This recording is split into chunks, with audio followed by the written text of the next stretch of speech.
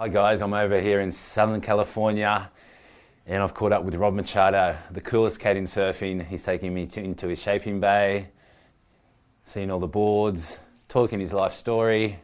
We've got some gold there, so look out, it's coming soon. Oh God, there's too many jellyfish.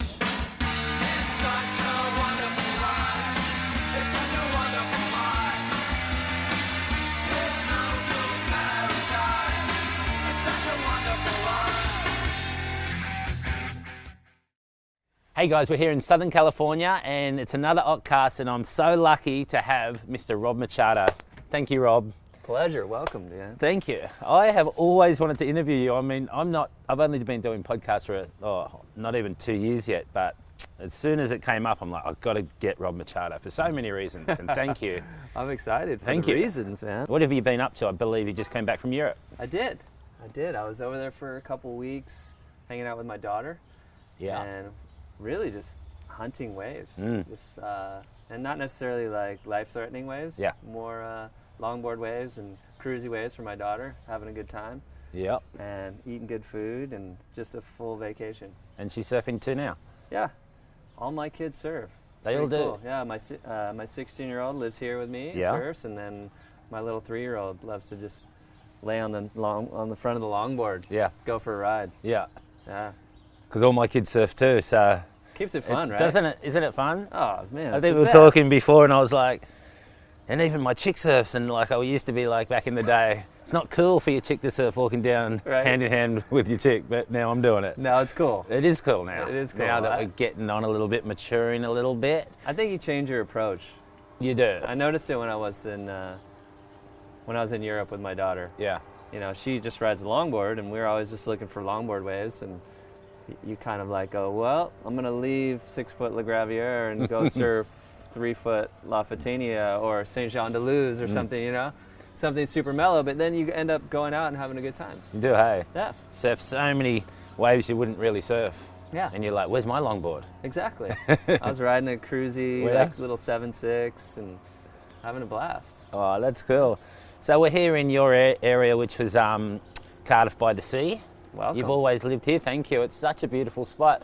I think I came down here once. I mean, you don't have to tell everyone how beautiful it is down here, but I'm amazed. You love it down here. I do, man. I've lived here my whole life. Well, besides being born in Australia. Well, that was my next thing. shoot, That sorry. was my next question. So many people, Rob, don't know that you were born in Australia. They don't. Tell us. I know. Manly Hospital. Wow. My parents lived in Australia for 15 years. They did. Yeah, they were traveling around the world. They met in Australia. They came back to California. It was like early 60s, and they were kind of like, just weren't digging how California was. Mm-hmm. They just came from Australia. And imagine the northern beaches in the early 60s. Beautiful. And they just went, we're going back. Yeah. And they went back and posted up. And I was born there. My brother was born there. And I lived there till I was about 4 or 5. 4 or 5. Yeah. Okay. And then they came back and discovered this little part of San Diego in the okay. late 70s. And where were they before, after you came back? They were in a different part of California before living in Australia? That was a long time ago, though. Yeah. My family originally was from like Culver City, like kind of LA area. Okay. And it goes back to like my great-great-grandfather. Mm-hmm.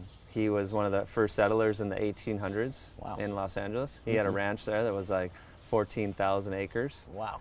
You know, basically from Mexico. This was before it was California. Yeah. And, you know, his name was Jose Agustin Machado. Wow. And so he settled in Los Angeles, and then he had 14 kids. Did he? And, like, you can imagine how fast all the property gets split up. And, Yeah. and he had to fight to keep his ranch because it was, you know, they came in to settle California. Yeah. And he had to fight, like, no, this is mine. Yeah. This is my ranch. So, Robbie, how long did he fight? And is it now no more ranch, obviously, and it's LA, isn't it? It's LA. Yeah. It's How long did he I fight mean, to keep it? he the fought ranch for there? it for years and years, yeah. And he won, and he ended up giving all the land to his kids. And my grandfather, Oscar, he sold off his last piece of property in Culver City. It was a drive-in movie theater. Was it? In the 90s he sold it, yeah. And it was a giant piece of land. I mean, you know, drive-in movie theater. this Wow. big empty lot. And now they put it. It's all houses now, but they put a street in. They put Machado. Oh, they Street. did? Yeah. Oh, epic. It's right in the middle of Culver City. It actually, it's kind of funny because it's right off of Sepulveda. Mm-hmm. You've heard of Sepulveda Yeah. Avenue, right? And Sepulveda is my grandmother's name, my great-great-grandmother's name. Okay. So it's, Right. yeah, It's the streets joining. they're still connected. That's epic. Yeah. That's cool. When you were a kid, I heard you're into soccer, and you're pretty good. I was. What age did you stop playing soccer and become a surfer? I mean, you were surfing and soccer at the same time? They did overlap. They did overlap. Soccer was like the last sport that I held on to. Mm-hmm. I played baseball, basketball, never got into football. I was too small, but soccer was like the one thing. I was on a travel team. It was full on. We were competitive tournaments, the whole thing. And then when I started surfing, soccer kind of got downgraded more and more and more. Surfing kind of took over my time. And there was this defining moment when I was playing on just like kind of a recreational team, and I had soccer practice this day, and I knew the waves were good. I got home from school, and I was like, I'm going surfing. You did? And I started running down to the beach, and my soccer coach drove by. Did he? And I just looked him in the eye, and I just kept running. And that was it? And that was it. That was it. That was the end of my soccer career, you know. I was done. I love soccer. I still like it, man. It's a fun game to watch. Yeah. The World Cup's on right now too. Is it? Maybe I should pay more attention. You should. No, actually, I think all the qualifying matches are coming up for the U.S. didn't qualify. They didn't. No. Well, Australia aren't a lot better. Yeah. We're still trying to qualify. I think we played Honduras and we got a 0-0 draw, but we got one more chance to get in. Yeah, we're not. U.S. has been struggling lately. Yeah. We got to pull it together. What age, Rob, did you start surfing? I would have been 9. 9. Yeah. I So think around little- like 8 or 9. Okay. I was going to the beach. It was more like body surfing, boogie boarding, and I think when I really stood up on a surfboard I was about 9 or 10. Okay. And when I was 10, that was when I actually got my first surfboard. Yeah. For my birthday. Yeah. I remember that pretty clear. Single fin, wing. Wow. Like yeah, That's winged super pintail. Beautiful. Yeah. And my first board was a single fin too. Yeah, not too many kids can probably say that. No, they nowadays. can't. No. You know, that dates us. That does. And so your parents really supported you as when you wanted to actually compete. I mean, what age did you say, okay, I want to compete, I think I'm good enough? It happened pretty quick. You know, I started surfing. Yeah. In the NSSAs and yeah, we had all kinds of little comps going on around here. We had the NSSA, the WSA, the CSA, the YMCA. I mean, if you wanted to, you could have. There's a contest every weekend. Yeah. And I was doing them every weekend when I got into it. Like, it was intense.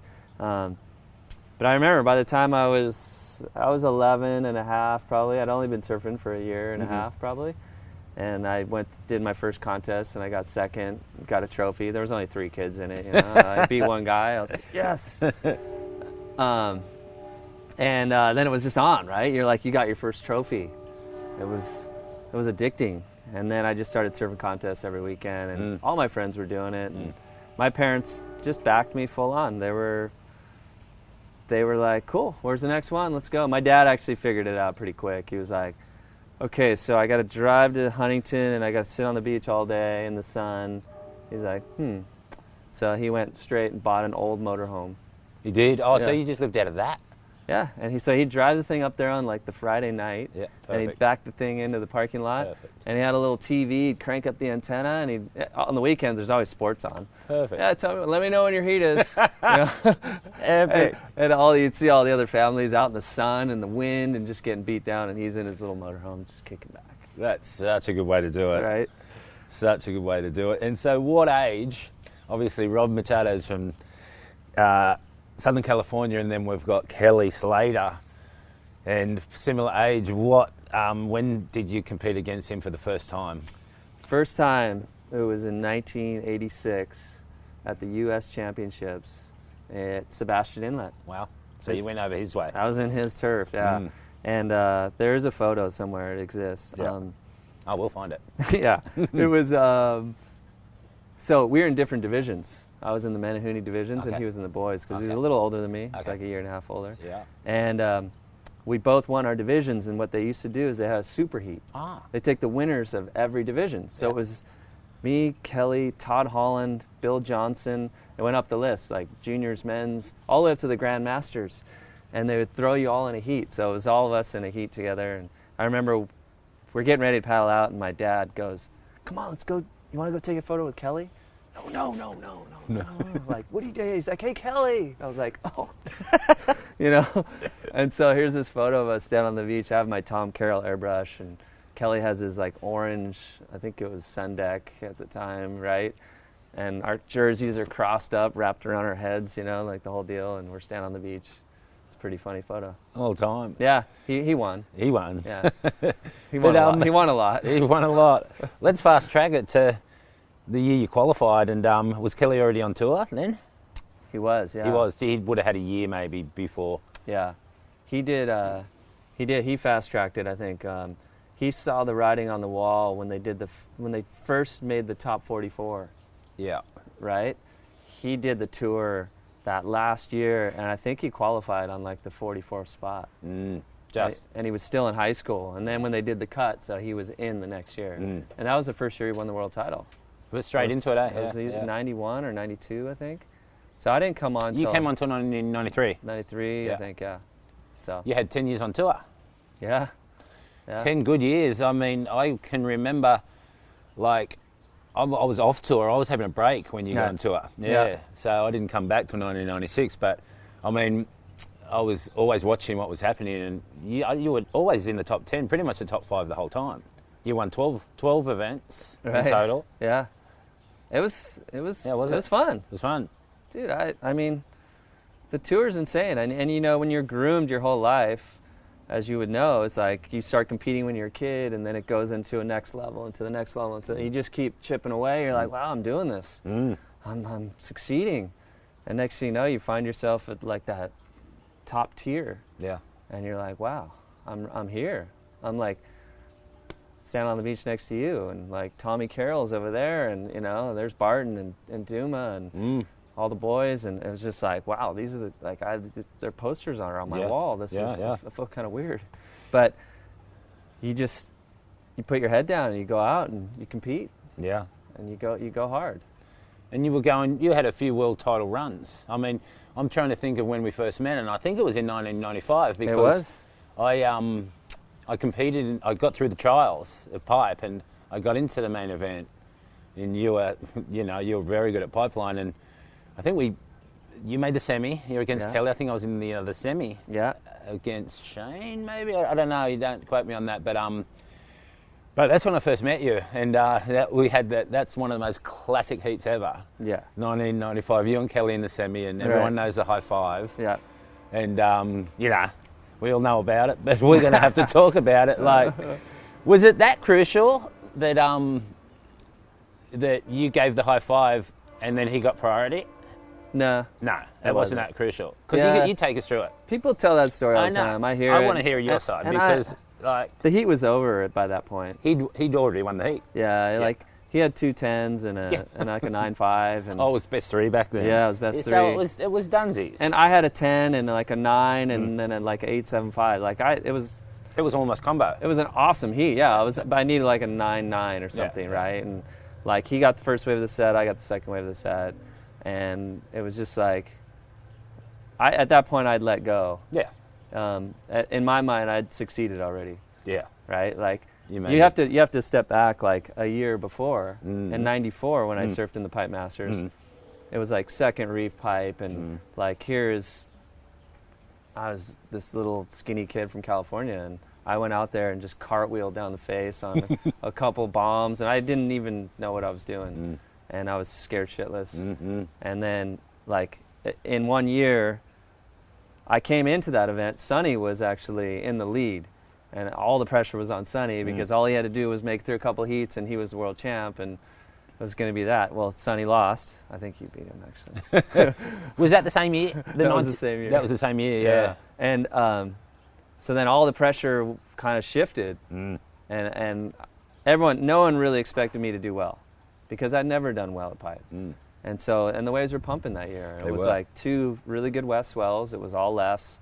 There was some rights, and I went out and I just kept making it through heats. I had my whole family there, my mom and dad and my brother, and everyone was just there. I had a good support crew, and I had a really good board, and I just kept.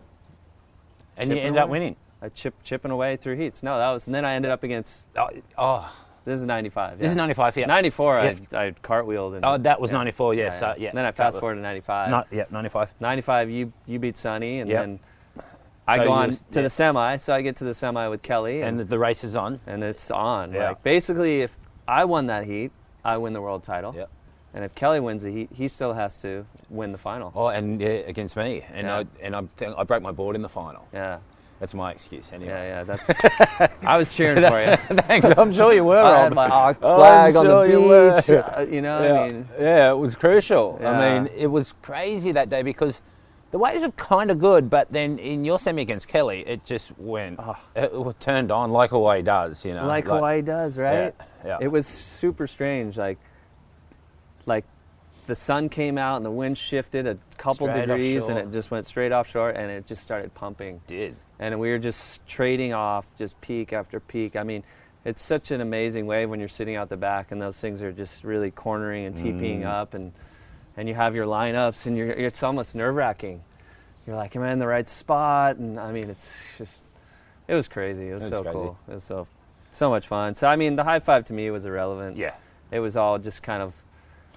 People just were like, "What's going on?" I remember, I was so mesmerized, right? Yeah. I remember catching that wave, actually. I looked at it this morning on the way here, and I was like, wow, it was a beautiful barrel. Yeah, it was the most perfect wave, right? I don't think I'd ever caught a wave like that at pipe. I took off, I paddled in the wave. It was the most easy, roll in, and I just stood in the barrel. It's not like I even got super barreled. Yeah, no. I just kind of stood there, and the wave was just like mesmerizing, glassy. Yeah. And I came out of the barrel, I was so relaxed. And I saw Kelly had his arms up, I was just like, I went to try and do a cutback and almost fell. Yeah, no, right? I that. kind of like, wobbled and almost ran him over. And then we did a little high five, and priority at that point, I didn't care.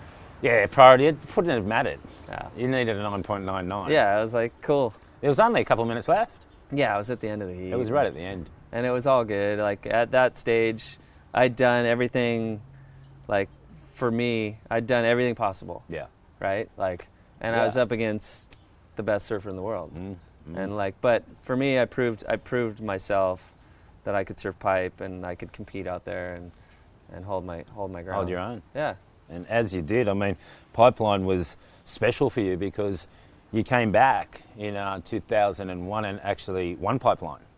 I did. You did. Yeah. And what a feat to do. And the waves were pumping that year too, right? That way, It was amazing, wasn't it? It was a pure big west swell. That straight last offshore day. all day. Oh, that last day was unbelievable. unbelievable. I mean, we actually woke up and I was like, it's too big. Yeah, right. Everyone was sitting out on the second reef. It was washing through a lot, but they were like, swell's on the decline, it's just going to clean up. And I remember I think I had an early heat. Can't remember. Maybe I didn't have an early heat, but I remember watching, it was kind of scary. It was one of those days where it was scary. It was like, there was a lot of swell. Like, it was just charging, rolling through. Like, you had to, like, cat and mouse it and kind of, like, dodge the wash-throughs and get in there. But then, literally my first heat was against Pedersen Rosa. Oh, wow. And I scraped. Through. Barely made it. Like, he got an 8 on a wave, which was, like, unheard of. And the conditions the morning. And I scraped a few scores together, and I ended up beating him. And then by the time I surfed my next heat, it had just dropped like a little bit, and it was no more wash-throughs, and it was like 10 foot and just straight offshore, and it's crazy. Crazy. I think my next heat was against Andy. I was against Andy. Yeah. Wow. Yeah, it was. He had just I think he beat Kelly. Yeah. And then I came up against Andy, and he was just insane. I watched him. That was a big win. It was a crazy. That was like the most memorable heat of that event, because I hear Andy just in his full charging, just coming up. Like, he was a maniac. I watched him side slip down the face, like into the no hand stand in this tube, and I was just like, oh my God, I don't even want to look. Like, if he comes out of that. And I got lucky, he got clipped on a couple, and I ended up getting a couple beautiful waves, and I got him in the end. And then I surfed against Renan Roca in the semifinal, and then I surfed against Mick Lowe in the final. Oh, you did? Yeah. Yeah, I remember. It was amazing. And the waves. Mick got a wave in the semis against Shane. Yeah. And he got a 10. Yeah. He just like tippy-toed on this like 10, 12-footer, barely got his fins in and just pulled in and just got spat out. It was Mick. That was Mick. Yeah. He was epic. But yeah, that contest, that whole event for me was like competitive highlight. Must have been, yeah. Yeah. I mean, that was where it all like. What was the trophy like? It was a beautiful piece of art by Phil Roberts, where it's the I think they still use the same one. It's like the wave with Jerry. Jerry doing a soul arch bomb turn. Yeah. It's amazing. It's the only trophy I have in my house. Yeah. Yeah. I really wanted to talk about your whole career and your free surfing side, but before that, Rob, I just want to talk about the year that you fell off tour. And it was pretty crazy because everyone was going for an injury wildcard, and I know it changed, but I'll just explain to my listeners that we used to have to, it was like a court, like a Judge Judy or something, and you had to come and state your case in front of the top 44, and it was intimidating for the least, I mean for the most part, because it just, I thought it was a weird thing to do, and some people would be so emotional crying over it, and like I think Shane had dinner with Shane Dorian last night. He had to do it one year, and you had to do it that year. Yeah. But you can correct me if I'm wrong, but I think you didn't turn up to the meeting, and you tried to send a letter, and it was not good enough by the crew. Right. You got to make a bit more effort than that. Yeah. So you didn't get the wild card, and then you're off tour, and it was crazy. Like, I mean, what were your feelings on that? Was it you weren't going to get on that plane and state your case, or you just thought, why should I? Or my daughter was just been born. Wow. Yeah. I want to say it was a week before. Wow. My daughter was 7 days old, first child. Wow. And I was just like, I mean, it's just an intense time of life, and you're just your sole focus becomes towards this little human that you brought into the world, and I was just kind of. I'd been talking to whoever it was who was involved in the meeting, and they just said, well, yeah, just write a letter that kind of states your case. 2001 was a crazy year. There was a lot of injury wildcards that year. There was a lot of applicants. Yeah, and it was a short year. It was the cutoff year. It was the year that it was 9/11. 9/11 happened, and all of Europe got canceled, and it was just it was hectic. So I ended up breaking my hand that year, and I had complications with pregnancy. That was missed an event because of that, and I ended up missing a lot of events. And there was only five anyway. Yeah. So I missed 3, I think, and I had a reason to miss everyone, and I kind of just stated it all in the letter, and I guess I wasn't at the meeting. I don't know how it went down, but like you said, it's kind of you go in front of. I was there. the 44, and people have questions. Well. What do you mean? Like, and what were you rated? Well, why didn't he do the QS, or why is this or that? And if you're not there to defend yourself, really, it's like you're getting put on trial, right? And I wasn't there, and no one was there to really defend me, and the injury wild card went to someone else, and that was the year actually Kelly came back. Kelly came back, and he was always going to get. He wasn't injured, but. He'd already won a few world titles, and obviously they're going, well, Kelly's getting one. Yeah. We've got to have Kelly Slater on tour. Yeah. Which is to me is a no-brainer too, but So there was only one spot. There was one less spot. Yeah. Yep. And so it was, look, dude, I came to Hawaii about a week later. Oh, you did? And no one had let me know really what was going on, There wasn't a lot of communication, and I can't remember who told me. I was like walking down Keiki or something, and somebody mentioned it to me, like, oh, that's heavy. So got the wild card. And I was just kind of like I had this like gut feeling in my stomach, like that everything had just been taken away from me. And I was with my dad. My dad came with me, and so I finally got all the information, and it turned out I didn't get the wild card, and like Now you're like, what do I do now? Yeah, what do I do? Like, my life just totally changed. In one like that. Like this, that fast, I don't have a tour to go on. I don't have a contest that I have to be at. And you're in beautiful Hawaii thinking... I'm just like, this is weird. I like worked my whole life, because my last full year was 2000, and that was when I won the Pipe Masters, and I finished third. And so I like went into 2001 just like, all right, yeah, I'm on. I'm like, feel as good as I've ever felt. And then 2001 was just a total chaotic flip, turmoil. 9/11, babies, injuries. And then fast forward to the end of 2001 and I'm off tour. And I'm just like, I just remember just questioning everything. And my dad, I remember. How's your dad? My dad said to me, he's like, hey, look, I know it feels like you just got kicked in the teeth, you know, but he's like, something good will come out of this. And I just remember thinking, like, you're full of shit. Yeah, right. How can something good come out of this? This absolutely sucks. Like, I just lost my job. Yeah.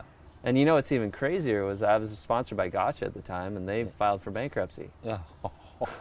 Just to pile it on, like bring in the wheelbarrow and just dump it on, right? Oh, shit. So it's like, here I have a brand new baby. I just lost my sponsor. I lost my job. Like, and I'm just like going, what am I going to do?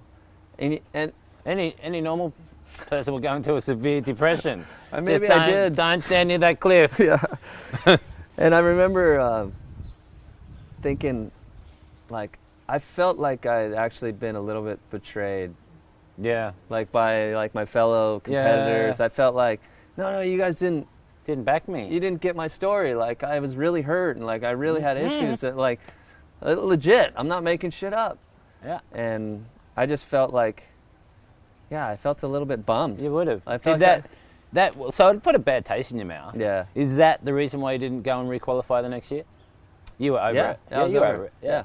You're like, I'm not the way. I shouldn't have to requalify. I was number 3 in the world. I was just like, this doesn't make any sense. It didn't make any sense to me. I was just like, I got to go do the QS for a whole year. Like, no, I'm not in that headspace. Yeah.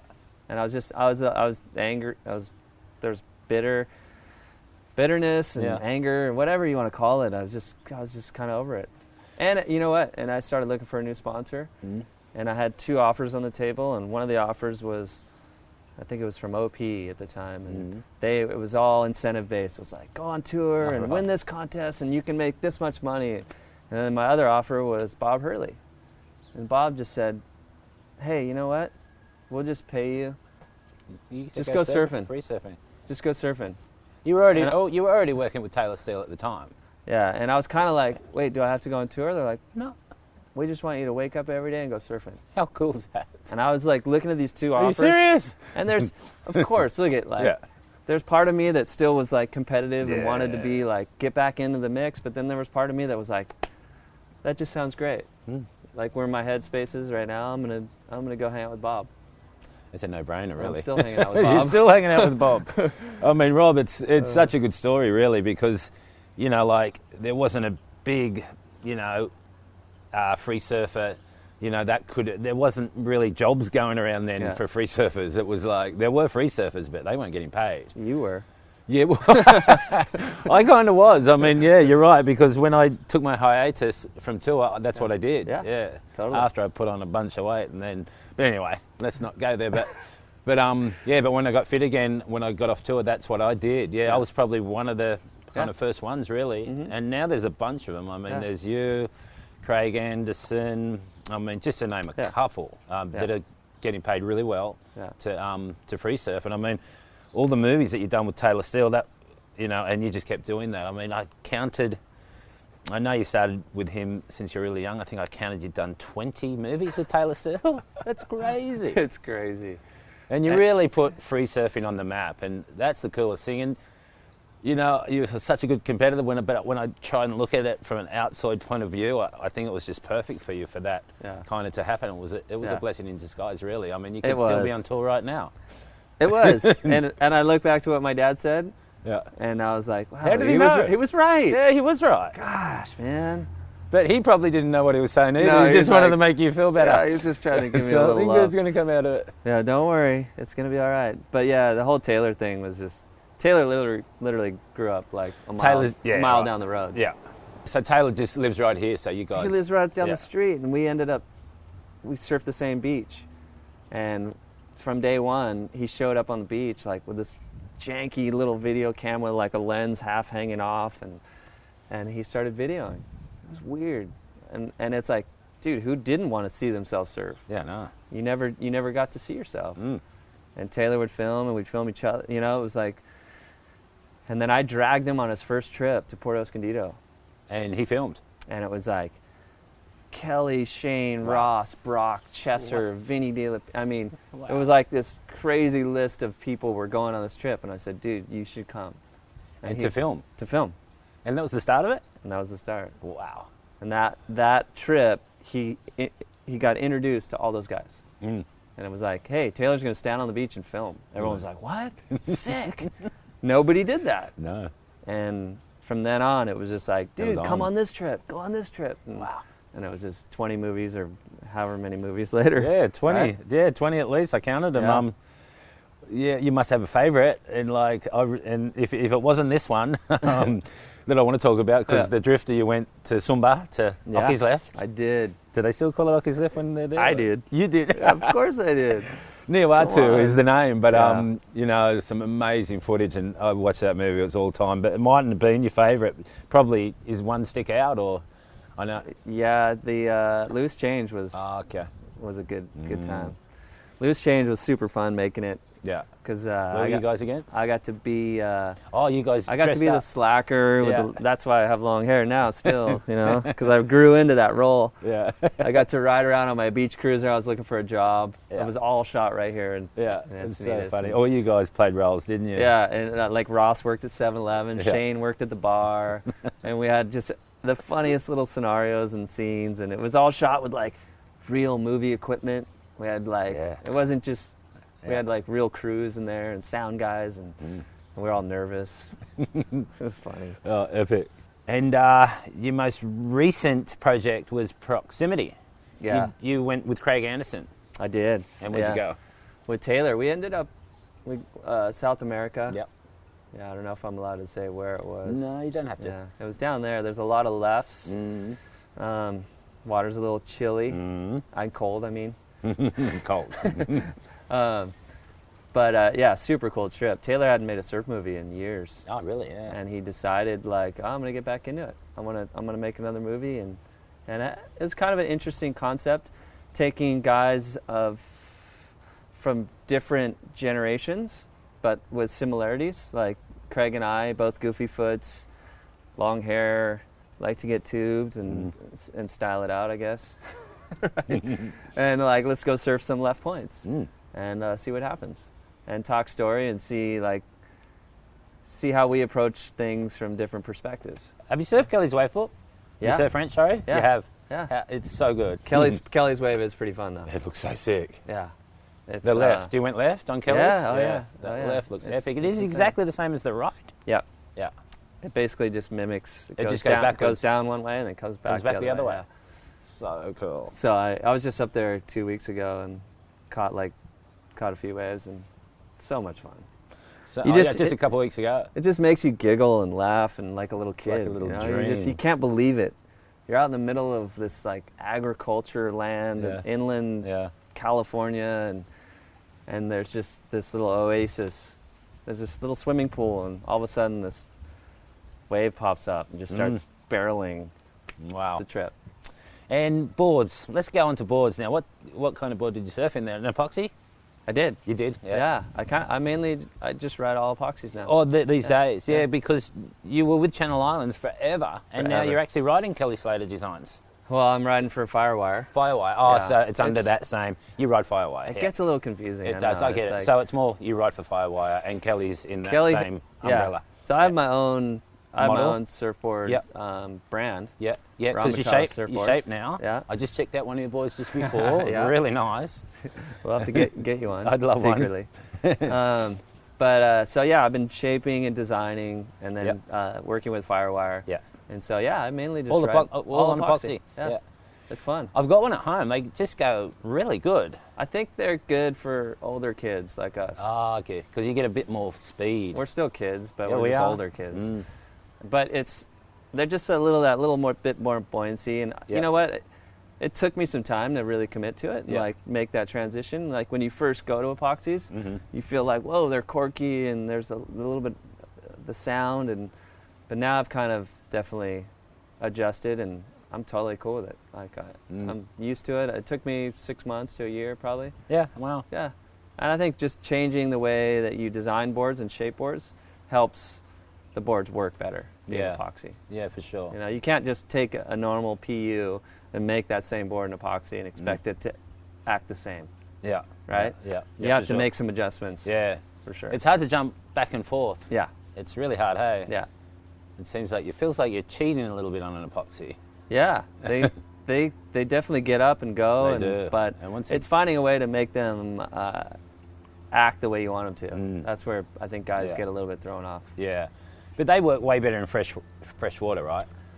Because Kelly's is fresh water. It is fresh water. Yeah. I don't know how all that works. I was just trying to get a secret there for our pool. You just got it out here. Like, put fresh water in. I need to talk to some scientists about that. You know, like, but is it like buoyancy, salt versus fresh? Like what's? Yeah, I remember competing. You weren't on tour then. Pennsylvania, Allentown, and the wave was only this big, but we all had to ride epoxies. Right. Otherwise, we wouldn't have even been able to float. Really? Yeah. That's crazy. The wave wasn't big, but does that wave still exist? It mustn't. Let's go. We'll bring it back. We're going to Pennsylvania. Just turn it up a bit. I can't believe you guys went to Allentown. I know. So cool. I was so jealous. I was like doing yoga on the side of the freeway, getting ready for my heat, watching trucks go by, just going, this is super weird. Did Tommy Carroll win that? He did. He did beat Derek Ho in the final. Oh. They're two lightweights, obviously. Yeah. What do you think about the surfing that's going on these days? The surfing's insane. It's unbelievable, right? It's crazy, yeah.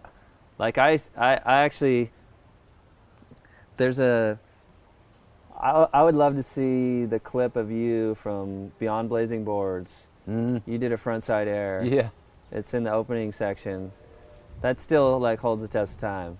You think so? But I landed straight out in the flats though. Dude, I don't know how you you made it. It was like the craziest thing ever. But I'd love to see. People need to understand that you did that in that was like early '80s. Yeah. Right? Yeah, it was.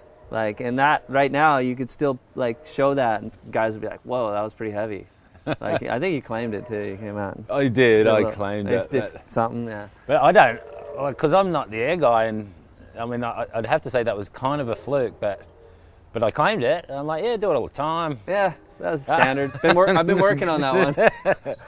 I had Santa Cruz guys coming up to me for years ago. That was the best. I'm like, really? Yeah. Oh, don't worry. That affected a lot of people, man. But with the stuff that's going on nowadays, it's crazy. Isn't it unbelievable? The height and the height.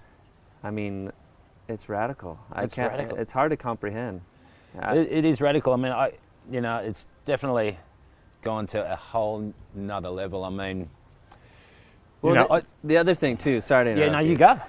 Is the way that they're able to connect the maneuvers together, and it's not just I'm going to fly down the line and do one big air. They're blowing the fins and then doing a big air reverse and then doing an ollie-oop. You know what I mean? It's like these combos. Well, they're almost in the air looking at the next section, and they haven't even landed that air yet, and they're clearing sections, and then they're looking down the line even more. I trip out on they're doing these airs and their feet are sliding up their board so far. They're landing with one foot half in the middle of their board, the other foot's on the nose, yet they still go straight into a bottom turn. And as they're bottom turning, they're shuffling their feet back and then going into an off the lip. That's crazy. If I landed like that, I would just I'd lay down and just, oh gosh, I made it, I'm going in.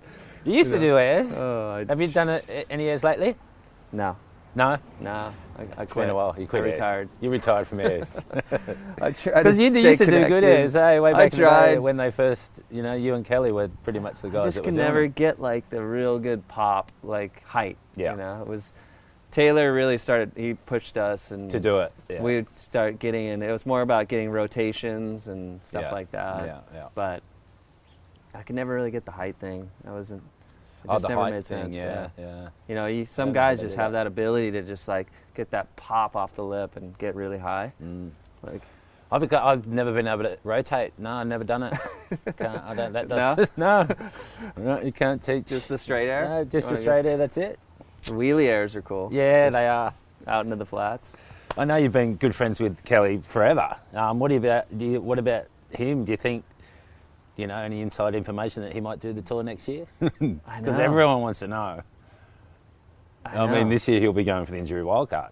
Yeah, that's a good question. Is he going to go for it? Because it's a good question. because he made the announcement, right, that like this is my last full year. He on did tour. at the start of this year. And he but then Everything's kind of it kind of went pear-shaped, south, right? yeah. And he got injured, and Yeah. he's been out. So it's like, I don't think he really wants to go out like that. I wouldn't. Right? Yeah, That's not his style. It wouldn't seem right. It to wouldn't me. sit well with him. I think he No. wants to like recover and come back and say, hey, like Have one last strong year on tour. want to have like a healthy, really yeah, good year healthy, and like make a really good push. Yeah. Because he's so competitive and he's so fit and he's just an incredible surfer, right? I mean, Still can easily win another world title. I think. yeah, it's heavy. It's heavy. At that the, he's- age, at the tender age of what? He's 45. Wow. I think now. He could go to till he's 50 if he wanted to. When you first got on tour, who was the oldest guy on tour? Wow. When I got on tour, they were all retiring in their late 20s. Right? Yeah. That's the same when I got on tour. Yeah. I think like Potts and I remember Rob Bain, they were like late 20s and we were out looking at them like, dude, hang it up. I mean, well, I went till I was like 41, and now Kelly's, I thought maybe, he might finish younger than that, but no, that record went out the window. He smashed it. Yeah, as he does. He loves his smash records. Yeah. Oh, He's yeah. like, yeah, that one's Yeah. gone. That's another one in my back pocket. Uh-huh. But he could go to his 50. I don't think he'll go till he's 50, but I think his surfing could. I mean, with the events on tour, and he's still doing airs, and he's still, doing that, and then we'll have to see. But The bummer about it yeah, is that there was a Masters tour that existed. it was. Did you surf in any of those? I did. Yeah, I went. It was kind of cool. It was like over 40 or Yeah. over 45. Yeah. Well, Kelly just squashed that tour for us. Yeah, It because can't exist anymore. because he's still on the real tour. He's still on the real tour. Maybe Like, they'll do a Thanks, Masters. bro. They're going to do a Masters tour when he retires, won't Maybe they? it'll come back. It'll come back. Yeah, It'll because be then cool. Would you he'll make go in happen. it? Yeah, why not? Yeah, I would too. Let's go. Come on, Kelly. Let's maybe go to Narlu. Now I just changed my mind. Now I want him to retire. See? I flip-flopped right there. I was like, I want to see him go to his 50. Actually, Yeah. no, I don't. No, we don't. I want a Masters tour to come back. Yeah, we want to go to a cool event. Oh, I was thinking last night, Rob, I know the aerials and the surfing has gone through the roof, but you could hold your own on tour still. You're 42. I mean, think of Pipeline, Fiji, Tahiti. 44, are you? Wow. Yeah, no, but those events, you could still be winning events. You could, obviously, but... It takes a lot of dedication, Yeah, I do. It's so intense. When you really step away from it and you look back at it, and you look how much determination and focus and Yeah. I mean just commitment, like to everything, like your boards, your life, and especially when you have a family, Yeah. like that just it really kind of weighs on the whole Yeah. thing. I mean, would I love to do it? Like, maybe, I don't know. It would be fun, right? In those three events. Yeah, Just give me right. that wild Just a card. couple tube rides, and I don't know. Like the level of surfing is so high. You'd have to train super hard. I mean, I'm old, man. It's like You're happy. I'm good. Yeah, you you're know? good. I did my time. Yeah. I really enjoyed it. I love being competitive, and now I get to enjoy surfing. And that's not finishing anytime soon. I mean, No. you're still sponsored by Hurley, and you're still doing movies, and Yeah. you're doing everything you want to be. You got your family. Yeah. What's next for Rob Machado then? Just that. I know, just continue on, Yeah. man. Making surfboards. I love Yeah. just creating boards and riding boards and going out and testing and going on trips with cool people. Can we go on a trip? We haven't been Yes, on we trips since can. '95. Oh, really? Where did we go? We went to Narlu. Oh, we went to Narlu. What am we I talking camped about? in Yes. Narlu. What am I talking about? That's a Billabong challenge, and yeah. How that good was probably that? the last time we were on That a would have surf been trip. the last time we went on the surf trip, and that was a contest and a trip in the same Kind of. thing. It was 'cause more of a surf trip. It was more of a surf trip. We're Yeah. way up there north. We're camping. Yeah. Um, How was that crew? there was 2. We had 2 years up there, didn't you? I Yeah. think you Yeah, won yeah. 1 year and Kelly won the other one, did he? Or did they? The second year we didn't finish. Oh, it, we I didn't think. get a finish. Remember? But I remember you won the first one. one. Yeah. Yeah. And it was perfect, Nailed it. That was How crazy. good was that? That was wild. And we had Johnny Boy. Johnny Boy was I there. remember you playing table tennis with Johnny Boy. It was so much fun. And, I thought, yeah. and I you love Johnny Boy. She He's the loves best. Johnny Boy. I think you were like, I think I smashed one right past and went past his head, and it's in the movie. Yeah, he right. stares me down and he goes, "I see you in the lineup, buddy." I was like, That's "Oh no, what did I awesome. just do? Oh, why did I do that? Why did I do that?" and Sonny didn't want to camp. He stayed in Carnarvon and Sonny would drive 2 hours every day. to come to the event on that road that was so gnarly. And at the end, his car was just making all weird, one wheels hanging off, and he just that was an epic event. We spent what 2 weeks? 2 weeks up there Yeah. with Uncle Jack McCoy Yep. and George Simpson George and the crew, and how All the good was kids, that? and we had the mess tent with the You ping did? pong table, and it was just living in the dirt. It was So so good. It Yeah, was such a good event, they should do more of that. right? That I mean, was. it was a contest in itself. I mean, We had yeah. Bugs. Remember, Bugs would get up on top of the van, and they wouldn't start the heat, and he'd be up there waving his. They'd wait for a set, and he'd wave his jacket. Yeah, he would too, It was just yeah. so good. It was so roots. So roots. What do you think about the tour? And like, I think the tour and the locations at the moment are pretty much perfect. But in 2019, have you heard that they're going to change that? I did. Yeah, it's weird. I don't know the full the full map out of it, but Yeah. but I did hear that they at the end they're going to get on a boat and decide the world title up in the Mentawai, so it should probably be cool. That could be interesting. That could be interesting. Didn't one year they decide the title in Australia at Manly? They did, yeah. Right. Yep. And did that only happen for 1 year? Did they do Yeah, a and then they couple? changed it. They went back, right? It wasn't enough climax. I mean, Yeah. you got to weigh up Pipeline to Manly, and it just doesn't really. There's something way about up. Hawaii that You got to finish there. it's pretty special, and finishing there has always been this like very intense. There's just a lot of intensity And there. you're at Pipeline. I mean, Yeah, and it's the Colosseum of surfing. I understand what they're trying to do. Yeah. Trying to make it more of a season and condense it. And, Condense it, yeah. starting at Pipe, and then I think the last event will be at Chopu. Okay, well So that's that's pretty intense good. as Yeah, well. That's intense. And then, like you said, then it'll be taking like the top 10 or 8 Yeah. guys and going to the Mentawais and having To like decide it. the deciding surf off. That'd Which could be weird, cool. wouldn't Hey, it would be look, cool, but it'd be like you'd be on the boat going, "Well, are they all going to be on the same boat?" With the environment, I know you've worked a lot with Waves for Water, I have. and you still doing much of that? Yeah, I have my own foundation as well. Oh, you do? What's yeah. that? It's the Rob Machado Foundation. Mm-hmm. It's based out here in San Diego, and Mm-hmm. we're mainly working with schools to supply drinking water. Okay. A So lot of still water, schools yeah. have these old, decrepit drinking fountains, Mhm. and what's going on is that, especially on a high school level, they have vending machines now, and they're selling kids water. Wow. And I just think that is just so wrong. Mm. Here's these kids that are coming to school, and it's like, should they be paying For water. $2 or $3 for water? Mm. Like, come on. So we've been going into these high schools and installing these really nice refill stations and inspiring the kids to, bring their canteens and, just refill. Yeah.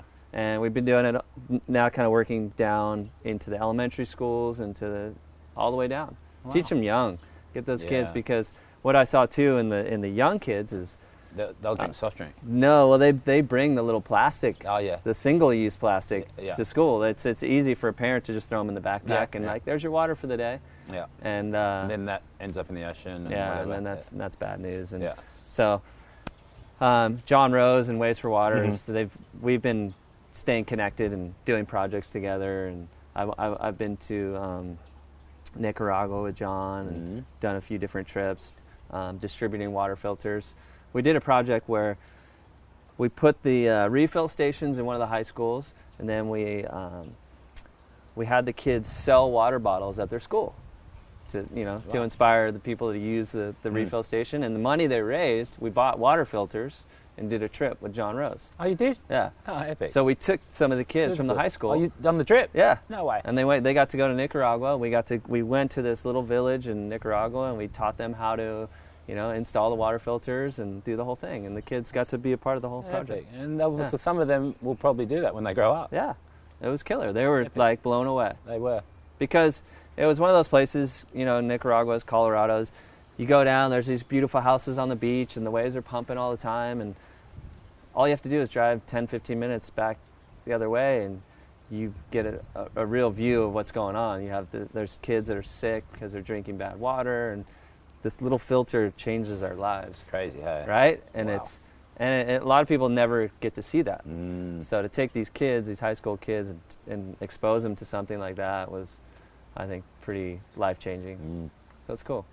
Okay, Rob, you won 12 events. I did? You did? You did. You won 12 events during those 10 years on tour. Those were real events? They were real events. Like CT events? CT events back then. Wow. What was your favourite win? I know what you're going to say. Yeah, it was the Pipe Masters. The Pipe Masters, For yes, sure. For sure. Yeah. And your biggest rival on tour during those 10 years? I think I know what you're going to say. Yeah, it would have to be Kelly, yeah. The year I won it was the same when it was an invitee contest, right? 84? 84, yeah. So it was a one-day event. Oh, wow. And I was staying up at Sunset, and Randy Rarick came up. He was just lived close by, and he's like, the contest is on. Yeah. And I'm sitting at Sunset, and it was third reef, out of control, completely out of control. I'm like, you're kidding me? Yeah. I'm like, no. No. He's like, no, you go down the pipeline, and it's pretty good. Yeah. Even though it was like 15 feet, even bigger, washing through, but in between that, there were sick ones. Right. Scary. So I went there, and I was... Was it 85? Yeah, I could have been 84, 85. And then I got down there, and there were so many people on the... You couldn't even get down. There was like 4 deep, and then to squeeze through all these people.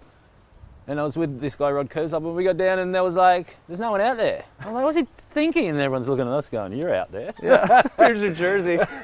Well, no, I just went for a little free surf, and everyone's like, go for it. Yeah, you're the test pig, go. And I'm like, well, I haven't got a whole lot of choice.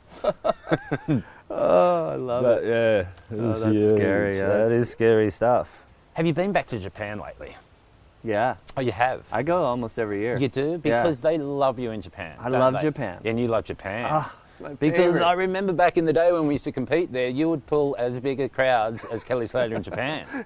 And they loved you. I mean, it's funny. Last night we were with Shane Dorian having dinner, and we were talking about that. And he's like, you know what the funniest thing is like you put a hat and a pair of sunglasses on Kelly Slater, and he could be anyone. He put a hat and a pair of sunnies on Rob Machado, and he's...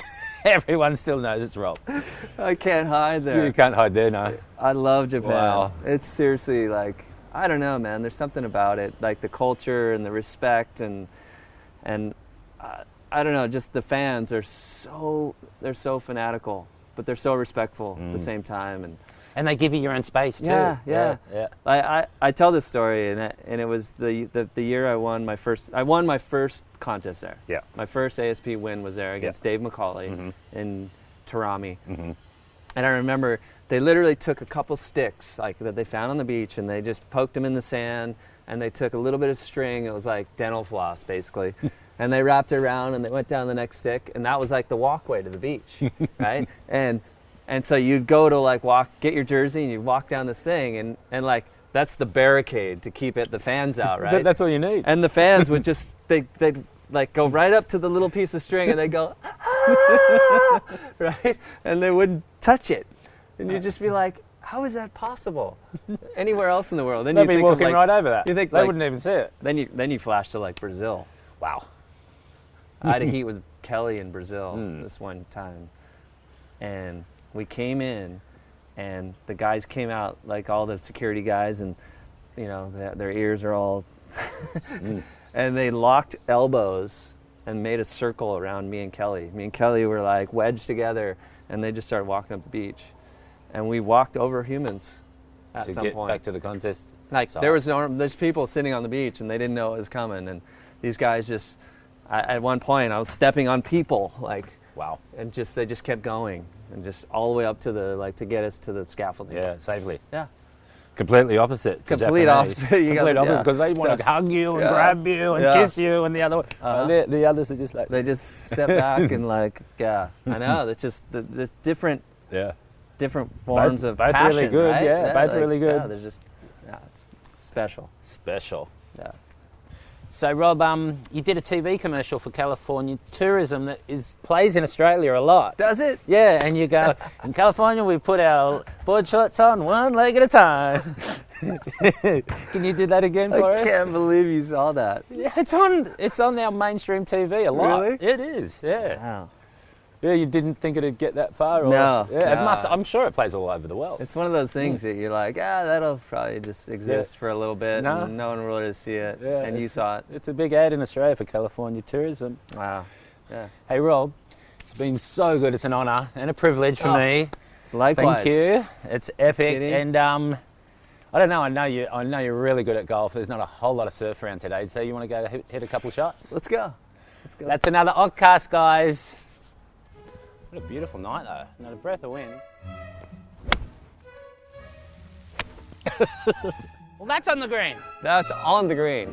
I was a little scared, though. I thought it was going to go in the hole. If Occ gets in the car to go for like a 1-hour road trip, what are you listening to? The kids listen to a lot of music. That's what I'm listening to. Whatever they're listening Katy to. Perry. This Occ is on fire. Down the hill. Nice touch. Yep. Good practice swing. Was it? Beautiful swing. You're only as good as your last hole. I'll try. You just want to land it right here. Yeah. That's the one. You said it. Stay. You're on. Is that good enough? Yeah, you're on.